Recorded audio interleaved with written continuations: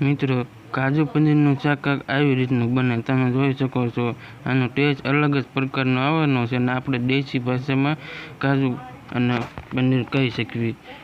આપણે દેશી ચૂલા ઉપર અને દેશીમાં બનાવ્યું છે, તમે જોઈ શકો છો। એક તપેલીમાં આપણે તેલ નાખીને સીધું આપણે જીરું નાખીને રાઈ નાખી દેવાની, ત્યાર પછી થોડા મરચાં કાપેલા છે તે નાખી દેવાના, મરચાં અને ડુંગળી બે હારે નાખીને પછી આપણે લસણ અને આદુની પેસ્ટ બનાવી હતી એ નાખી દેવાની, તે ચડવા દે। ત્યારબાદ આપણે ડુંગળીની પેસ્ટ બનાવી છે મિક્સરમાં કાઢેલી એ પણ નાખી દેવાની, તમે જોઈ શકો છો। એને 5 થી 10 મિનિટ ચડવા દે, ત્યારબાદ આપણે મીઠું અને હળદર નાખી દેવાનું, તમે જોઈ શકો છો। પહેલાં મીઠું નખાઈ ગયું, ત્યાર પછી હળદર નાખી, એને પણ બધું મિક્સ હલકલાસ હલાવીને એને મિક્સ કરી લેવાનું। ત્યાર પછી આપણે કોરી ચટણી મરચાંની લઈ લીધી છે, તમે જોઈ શકો છો।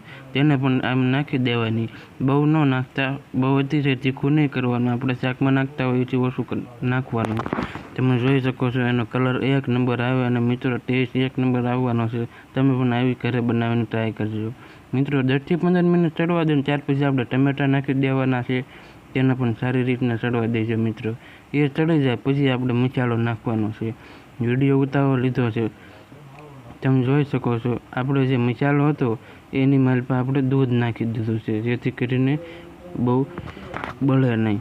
આપણે દૂધ નખાઈ ગયું છે અને પનીર મસાલો એની માલપા જ નાખી દીધો હતો, એનો કલર અલગ જ આવ્યો છે, તમે જોઈ શકો છો। સેજ વ્હાઈટ દેખાય છે।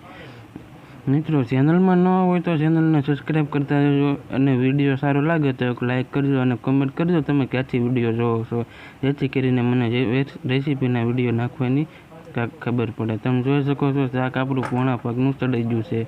ત્યાર પછી આપણે આ પનીર લીધું હતું, આ પનીર તો નાખવાનું છે, આ પનીર આપણે ખમણેલું લીધું હતું, તમે જોઈ શકો છો। ખમણેલું પનીર પહેલાં નાખી દેવાનું, શાકનો ઉભારો આવી જવા દેવાનો, તમે મિત્રો વિડીયોમાં આગળ જોઈ શકો છો બધું કે ઉભારો આવી જાય ત્યાર પછી એ પનીર નાખી દેવાનું, પાછું એને 5 થી 10 મિનિટ ચડવા દઈને આપણે જે પનીરના નાના નાના બટકા કર્યા હતા તેને પહેલાં નાખી દેવાના। મિત્રો તમે આવી રીતનું શાક બનાવશો ને તો એનો ટેસ્ટ અલગ જ પ્રકારનો આવશે, દૂધ નાખજો એટલે એનો અલગ સ્વાદ આવે એમ, તમે જોઈ શકો છો। ત્યાર પછી આપણે તેમાં કાજુ પણ નાખી દેવાના છે, તમે જોઈ શકો છો। આપણું શાક બનીને તૈયાર છે, તો તૈયાર છે આપણું કાજુ પનીરનું શાક, તમે જોઈ શકો છો। પનીર આપણું નખાઈ ગયું, કોથમરી નાખી દે।